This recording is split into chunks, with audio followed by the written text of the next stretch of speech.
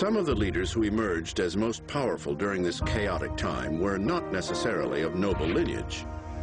Their military ability and sometimes less than honorable actions pulled them to the top of the social ladder. In the chaos of 1500s warfare, you have people rising from rather humble origins, and you also have people rising from rather seemly origins, people who at key moments decided to leave their lord, to die in battle, go back, take control of the castle. Out of this turmoil, in 1568, a samurai chieftain of modest beginnings emerged. His name was Oda Nobunaga, and he would attempt to turn the country around.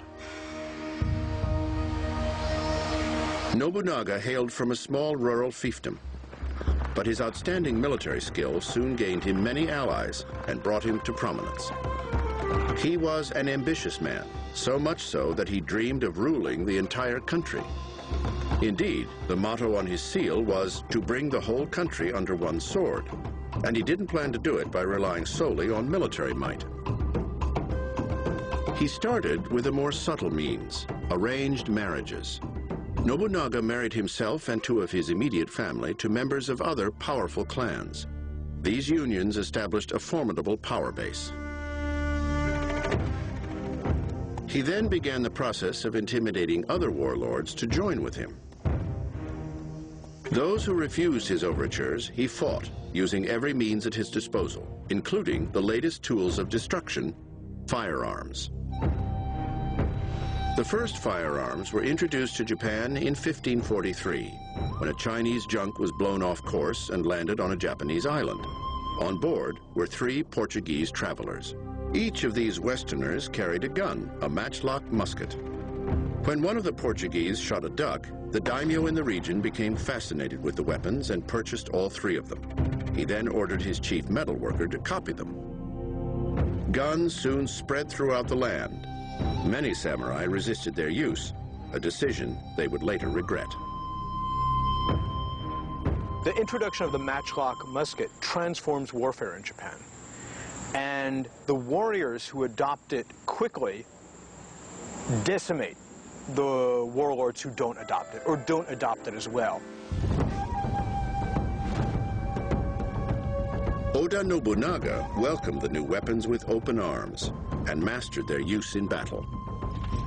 At the height of his power, he incorporated a force of at least 3,000 gunners into his vast armies. In a famous battle near Nagashino Castle in 1575, he formed at least 1,500 gunners into 3 ranks behind pickets. He ordered them to fire in volleys, one rank moving up to fire, while another rank reloaded. With this tactic, the gunners held off a force many times their size. If you use them correctly, you can destroy mounted cavalry. Mounted cavalry at this point being mostly archers. These are the battles that decide the balance of power in the late 1500s in Japan. But despite Oda Nobunaga's formidable political and military prowess, he would never live to see a united Japan. Like so many of history's most ambitious men, Nobunaga was assassinated before he had fully achieved his dream, cut down in 1582 by one of his own disgruntled generals. The exact motive behind the killing is unclear, but it is thought the angry general felt he had not been properly rewarded for his services. By the time of his death at age 48, Oda Nobunaga had united a full 1/3 of the Japanese daimyo, but it would be left to his successor, Toyotomi Hideyoshi, to complete the task. Hideyoshi was another forceful leader that had risen from humble origins and reached prominence due to his fighting ability. Here is someone who demonstrates the social mobility that comes with constant warfare. He rose from status of sandal carrier. This is someone who ran alongside a lord and had his sandals ready when he got off his horse, and he rises to be the supreme warlord in Japan. Following Nobunaga's assassination, Toyotomi Hideyoshi immediately tracked down and killed the assassin. An act of loyalty, perhaps, but also a timely political move. Nobunaga had an heir, a young son, who should rightfully have succeeded his father. But Hideyoshi capitalized on the glory he won through his act of revenge and seized power for himself. But he can't be seen as a usurper because, good heavens, he didn't assassinate Oda Nobunaga. In fact, he tracked down his assassin and punished him. As the new most powerful daimyo in Japan, Hideyoshi took over where Nobunaga had left off. He continued the process of wrangling lesser warlords under his central control, using a combination of subtle political maneuvering and ruthless military might. By 1590, all of Japan's daimyo had submitted to Hideyoshi's authority. Oda Nobunaga's dream of a united Japan was now a reality. Then Hideyoshi did something quite surprising to protect his own position. The moment he attained complete power, he implemented a sort of gun control. He confiscated all swords from the peasantry and merchant class. Marvelous pretext for that is, of course, the swords will be melted down and they'll be used to create a huge image of the Buddha. So when you give up your swords, you are not giving up power and you're not giving up a right to defend yourself or a means of defending yourself. You're simply helping Toyotomi Hideyoshi bring the country to peace through the healing powers of this great Buddha image. Hideyoshi didn't stop with confiscating weapons. He slams the door on social mobility. He issues edicts saying that if you are not a samurai now, you never will be. And it's probably because, knowing how commoners could rise to power, he was acutely aware of what a threat that could be to his own legitimacy. He strictly separated samurai, farmers, and townspeople, and began what would become a formal system of 4 social classes: samurai, farmer, artisan, and merchant, in that order. This classification also put in place criteria that set samurai apart from the rest of society. People had to choose whether they would be a commoner or a samurai.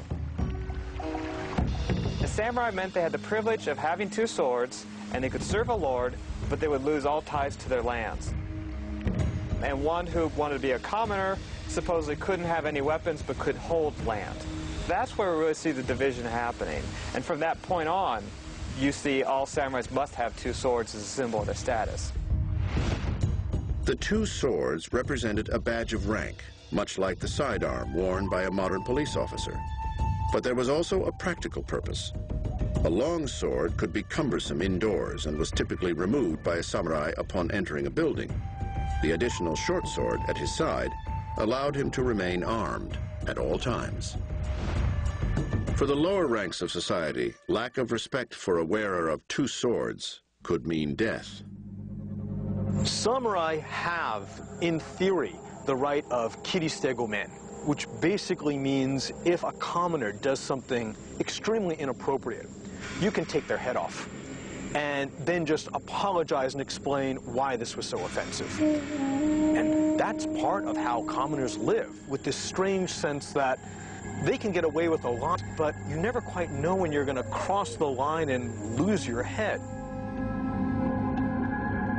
Even with all his power, one official honor would always elude Toyotomi Hideyoshi, the coveted title of shogun. According to ancient tradition, the title could only be bestowed on a warlord by the emperor, and only after the designee had proved his descent from the ancient Minamoto clan, the legendary family who had established the first permanent shogunate. With Hideyoshi's humble origins, that was an impossibility. In consolation, the imperial family, which by this time had almost no political power, but in the eyes of the people still held divine authority, conferred on Hideyoshi the substitute title of regent. This would open a door in the future for a new leader among the samurai, a skilled general who was waiting in the wings and could lay claim to the title of shogun. This man would soon create a shogunal dynasty that would persevere for 250 years.